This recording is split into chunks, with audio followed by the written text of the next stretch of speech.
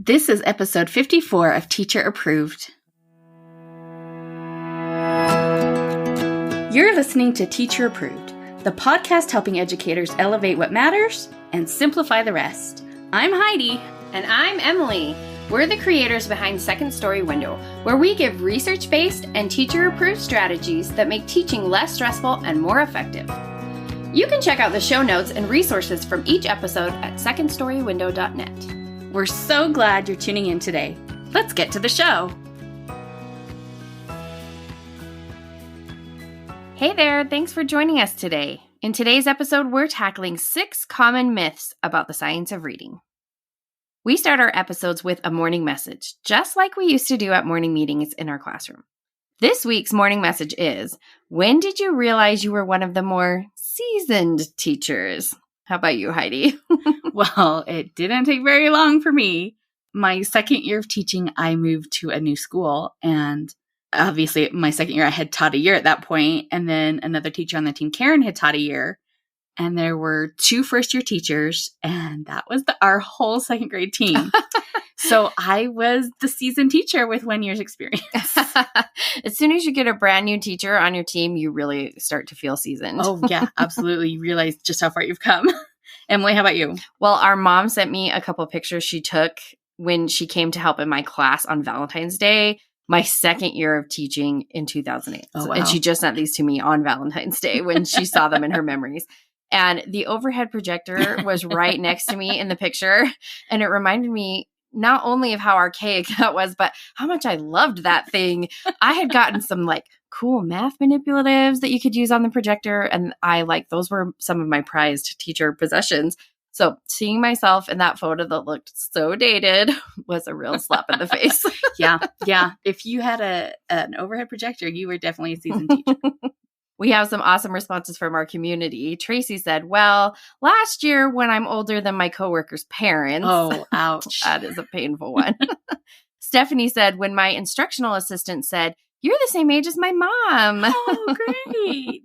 Amber said, when one of my former students teaches on my team with me now. That would be painful. Hope you did a good job. Yeah, right? Lauren said, when I got a student teacher, are you sure I'm the one they are supposed to be with? Oh, I remember that moment. I don't know enough to help someone else with this. Right. Charity said, I'm on my 9th year of teaching, and I just realized this year that I know what I'm doing now. That sounds about right. Beverly said, when I was afraid of the new smart boards we were getting. But now she loves it, so don't worry. Michelle said, I am really old. A mimeograph machine that made the purple copies. Oh, wow. I grew up using them, but never had that as a teacher. Right. Dawn said, when I was one of the only ones who knew what mailbox magazines were. Yes. Okay, I follow mailbox magazines on Instagram, surely for the nostalgia of it. I had a collection of those. Yeah. That's where you could find things. We had to teach before TPT, you guys. Yeah, we earned our stripes. And then Carla said, when I didn't go to morning briefings simply because I didn't want to, and there will be no repercussions. Yes. And I learned that from Miss Heidi here. There was a certain meeting at the beginning of the school year that we all hated to go to. And my second year of teaching, I was just freaking out about not having time to go. And Heidi was like, well, if you don't go, what would happen? And I was like, wait, we could do that? And guess what? There were no repercussions. No one didn't even notice. That's the thing. No one even noticed I wasn't there. Now they probably take roll call because of us. No, we broke it. We'd love to have you join the conversation over in our Teacher Approved Facebook group. Now it's time for the feedback of the week, and we're sharing a recent podcast review from Mrs. K's class. She says, I have been listening to the podcast for a year. I love the ideas that Emily and Heidi share. The tip that they give at the end of each episode is very easy to implement right away. Yay, that's our goal. I also love the question that they start each episode like they would have done in morning meeting in their classroom. Thank you so much for that feedback, Mrs. K. As a reminder, if we share your review on the podcast, send us an email so we can send you a little surprise as a thank you. So, Mrs. K, thank you for that review, and please send us an email at hello@secondstorywindow.net. And yes, it's a mouthful. Sorry about that. Today, we are diving into the waters of SOR. If you've somehow missed all the talk, SOR stands for Science of Reading, and it's become part buzzword, part rallying cry, part catch-all term for the body of scientific research surrounding reading? I started the education program in the year 2000. I know it's been a minute since then. It does make it easy to figure out how many years it's been, though. Yeah, that's nice. My professors would talk about the reading debates of the 90s, and you would think they had been through a war. But they assured us it was all okay now. They had saved the day by taking the best ideas from the whole language camp and taking the best ideas from the phonics camp and blending them into this new approach. They called it balanced literacy because it wasn't polarized on either side of the debate. They had solved the reading wars. Oh, if only. So I was taught balanced literacy, and that's what I taught my students. I taught them using balanced literacy. We did writer's workshop and reading benchmarks and word walls. All of the things that happen in a good balanced literacy classroom. I was on it. Well, most of the things. I was never good at shared reading. Oh, well, yeah. Or, oh, yeah, some of the writing too. Okay. A lot of I tried. things. I had good intentions. And of course, we went to the same university and we taught in the same district. So my second grade classroom looked essentially the same as yours did, Heidi. I felt like we were the enlightened ones, fresh out of college, new on the scene, and ready to do all the guided reading and writers' workshops. And it was just going to be amazing. And our experiences are probably pretty similar to any teacher who has graduated in the past 2 decades. We did what we had been taught to do because we were assured this was the way that kids learn to be literate. I definitely felt like we had the secret keys to teaching reading. And I thought so too. And then in 2017, journalist Emily Hanford started investigating how children learn to read. She started pulling at some of the threads in the balanced literacy sweater, starting with the MSV system you might be familiar with. She pointed out that MSV queuing system wasn't actually supported by any research, but was instead based on an idea from a few influential people in education. So then people started pulling at other balanced literacy threads until there wasn't much left of that sweater. And now balanced literacy is turning into a bit of a curse word in education. In place of balanced literacy, people have started advocating for more research-backed practices. And that is where the science of reading, or SOR, seemed to arrive on the scene. And that brings us to today's discussion. Instead of just getting into an overwhelming discussion about the ins and outs of SOR, we're going to dive into 6 of the most common myths about SOR, starting with this one. The science of reading is new. Heidi, why don't you tell us a little about that myth? So there is a very robust body of research from the past 50 years, and even earlier, that examines how people learn to read. Some of it was known before balanced literacy was developed, but people chose to ignore or suppress what didn't align with their own theories of reading development. So while the information isn't new, it might, maybe even it probably does feel new, because many of us are just now learning about research findings from decades ago. If you are someone who feels like this just came out of nowhere, don't feel bad. It's the term science of reading that is new, not the research. Which brings us to myth number 2. The science of reading is one specific book or program. Okay, so maybe this is just me, and maybe no one else has had this problem, but when I first heard people talking about the science of reading, I was curious, so I went to Amazon to buy the book. And I couldn't find any books with that title. I could find a lot of books that referenced it, but not like the main science of reading book. So I assumed it must be some kind of box curriculum or a textbook program that some schools were really passionate about. And I wasn't going to pay for that, so I just let it drop. But then SOR kept popping up in places. And Emily, I think you were the one that finally set me straight. Well, I definitely felt a little confused when I first started hearing that term batted around because I just wasn't sure what people meant when they said the science of reading. I wasn't sure either if it was a curriculum or what. And to be honest, I initially ignored the talk because it felt like the latest trendy buzzword. And we really try not to be the sort of people who are jumping on the latest bandwagon unless there's research behind it. So then I finally took some time to figure out what SOR was all about. And I was relieved to realize that the science of reading is just the body of research around reading. We already love that. Yay, research. But when people talk about SOR, the biggest talking point seems to revolve around phonics specifically, which is our third myth, that the science of reading is only about phonics. While research definitely highlights the need for more robust, systematic phonics instruction, SOR takes in every facet of reading: comprehension, spelling, vocabulary, fluency. Yeah, if it's literacy, it falls under SOR. I've been thinking about why phonics is so hot right now, and I think there are a few reasons for that. First, some balanced literacy classrooms have traditionally been light on their phonics instruction.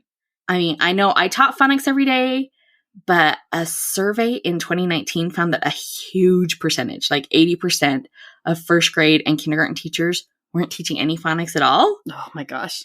And that highlights one of the weaknesses of balanced literacy. In a balanced literacy class, a lot of what is taught is up to the teacher's discretion, and it's not necessarily supported by data. That was shocking for me to hear too. I had no idea that many balanced literacy classrooms were not explicitly teaching phonics, because we definitely were, so I assumed what we were doing was what everybody was doing. And I think another reason that phonics is currently in the spotlight is that it's an area that is pretty well researched. For the most part, there's a clear progression and a certain set of skills that need to be mastered. That makes it easier to learn about and teach in comparison to some other areas where there's just less research to draw from. Calling all elementary teachers, we need your help. We are collecting the best teacher-approved tips from the most amazing teachers we know. That's you!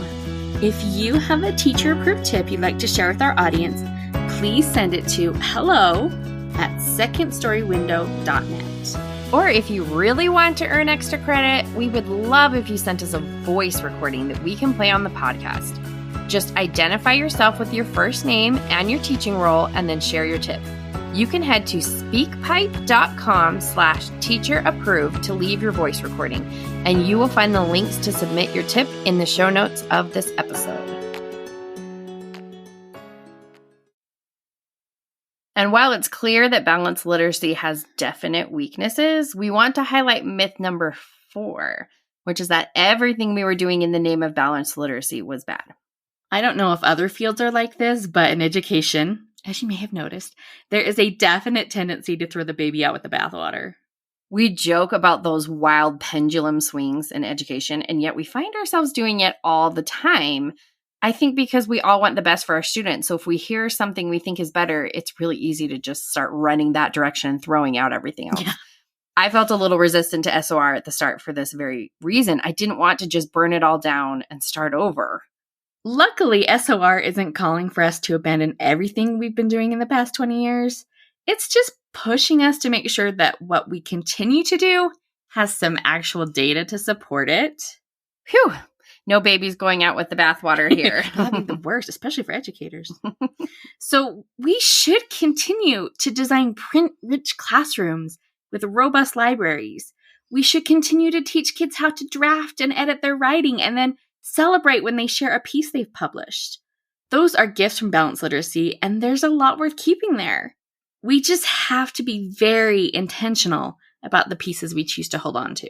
I think one of the benefits of all of this talk about SOR is that it's giving us an opportunity to take every part of what we do in the classroom out of the toolbox and examine it and decide if it's something worth keeping or not. And that should always be our focus as educators. Our 5th myth is that research can tell us today everything we need to know to teach reading or math or theoretical physics. But unfortunately, that is just not the case in any area. New studies are published all the time, and we have to be flexible enough to adapt to new information. And that is difficult to do sometimes. It's hard to loosely hold important ideas because we know there are real negative consequences if we get things wrong. So we invest a lot in learning the right way, quote unquote, to teach. Which can make new ideas feel threatening. But we have to welcome the vulnerability of changing when we learn new information, unless we want to find ourselves locked in Reading Wars 3 in 2040. Reading Wars 3 sounds like the next big HBO Max hit. Is Reese Witherspoon going to be in that one? Here's a word of caution. when it comes to change. Since research hasn't clearly identified best practices for every single situation, a lot of what we do still comes down to teacher judgment. Yep, and that brings us to our final myth, which is anything labeled the science of reading aligns with the research. Sadly, not everything that claims to align with SOR actually does. As educators, we have to know enough about learning to be able to separate the sheep from the goats. I just saw an example of this yesterday. So I got an ad for a product that claimed to help kids decode short vowel CVC words.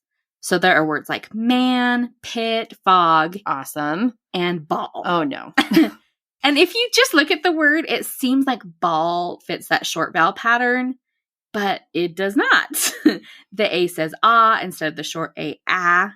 But a lot of teachers are just going to see that this product claims to be decodable and think that that must be true. And that's why we need good teachers who will be able to wisely make decisions on what's the best for their students and not just go along with whatever they hear on the internet. Check out the research yourself and then choose the materials and guidance that aligns best with what we know. Make the best decision you can for your specific students. You are the teacher here and we trust you. Even if it doesn't feel like your admin trusts you, we trust you. And stay open to the idea of more change in the future as we continue to learn more about the best way to teach reading. New information is going to come out. You're going to look back and see things you did that you wish you had done differently. That's just part of the process of being a teacher, unfortunately, but it doesn't mean you're doing anything wrong, as long as you're doing your best you can right now. We are really all at different places along this science of reading path.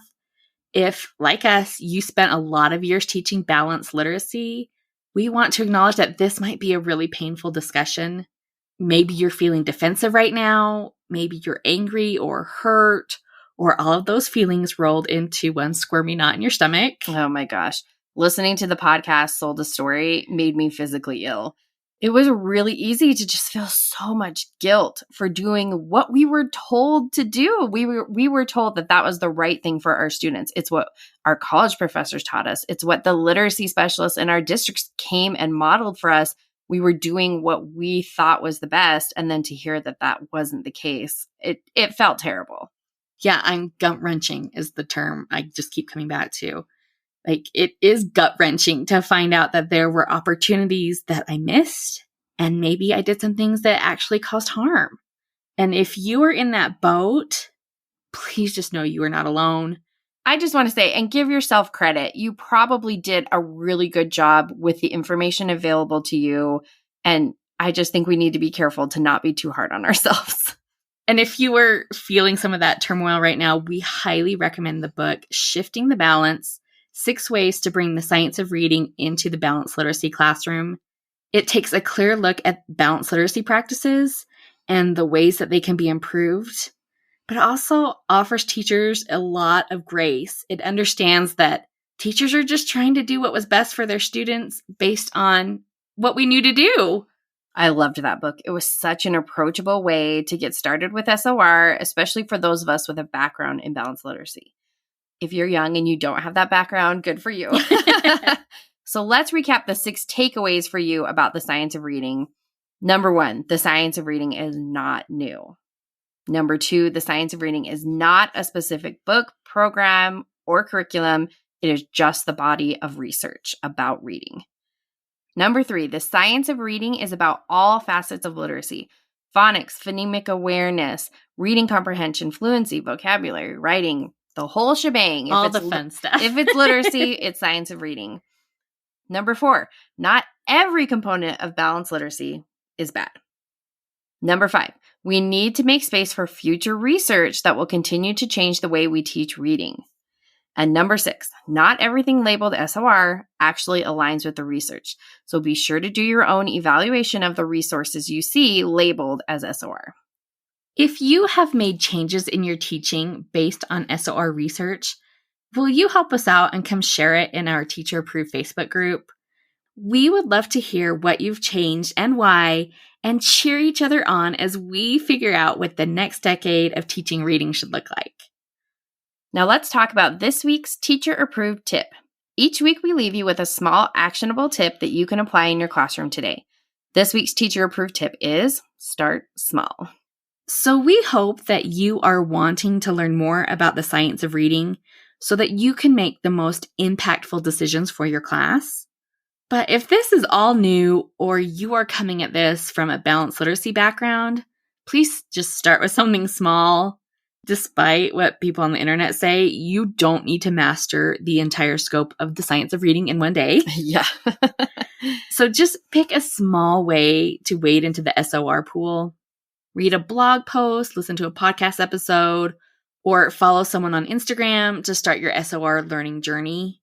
Or you can pick up one of the many books available about the science of reading. The book Shifting the Balance that we just mentioned is a great place to start. It's an easy read and full of meaningful takeaways. To wrap up the show, we are sharing what we're giving extra credit to this week. Emily, what are you giving extra credit to? Well, this feels a little like old news, but I'm giving extra credit to the movie Matilda on Netflix, the new one with Emma Thompson. Oh, I haven't watched that one. We watched it for family movie night a few weeks ago, and we really all enjoyed it, which is rare for us with the ages my kids are at. Usually the youngest can't keep track of the movie or the oldest is bored. So this was the magic, perfect movie that engaged all of us. I was even engrossed by it. Truly, I have actually never seen the musical. So the musical aspect of it was new to me. And it's so well cast. The Miss Honey, oh my gosh, the Miss Honey in this movie is so perfect. I love her. I want her to be my teacher. And my youngest has been into the soundtrack ever since we watched it. So if you need a family movie night option, I highly recommend Matilda. How about you, Heidi? What's your extra credit? I am giving extra credit to the show Traitors on Peacock. Our parents got hooked on it to the point that our dad is watching the original Dutch version. The benefits of being able to speak Dutch. Yes. So I went to watch it and, of course, got sucked right into it, too. I just have the finale left. I watched like 4 episodes yesterday. And, of course, I didn't even think about the consequences of that because I was dreaming Traitors all night. Woke up at some point and like was dreaming that they were conspiring over a bowl of soup, which the show is much more entertaining than soup. But my brain was trying to work it out. But it is a very fun, just an escapist TV show if you want to get sucked into something. Well, remember how I canceled Peacock like 2 weeks ago and I just told you that? And I was like, well, I bet I can still watch it with commercials. No, you have to have the paid Peacock to watch this. So I'm going to have to restart yet another streaming service. I know, but I really want to watch it. So I probably will. Go back to the free version? No, you can. It's just this show is not available on the free versions. I guess not all shows are. Well, I have the free version. Well, maybe it is because I paid for it then. I don't know. I'll have to go investigate because when I tried and I was logged in and it was like upgrade your account again so you can watch this. And I was like, why? Shady. One more streaming service to pay for. Right. That's it for today's episode. Remember these 6 myths as you dive into the science of reading. And don't forget our teacher approved tip to start small to avoid overwhelm while you learn more about SOR. If you enjoyed this episode, we would love if you shared it with a teacher friend who might enjoy it as well. It's the best way to help our show reach new listeners. And be sure to check out our show notes for links to anything we mentioned in this episode. We hope you enjoyed this episode of Teacher Approved. I'm Heidi. And I'm Emily. Thank you for listening. Be sure to follow or subscribe in your podcast app so that you never miss an episode. You can connect with us and other teachers in the Teacher Approved Facebook group. We'll see you here next week. Bye for now. Bye.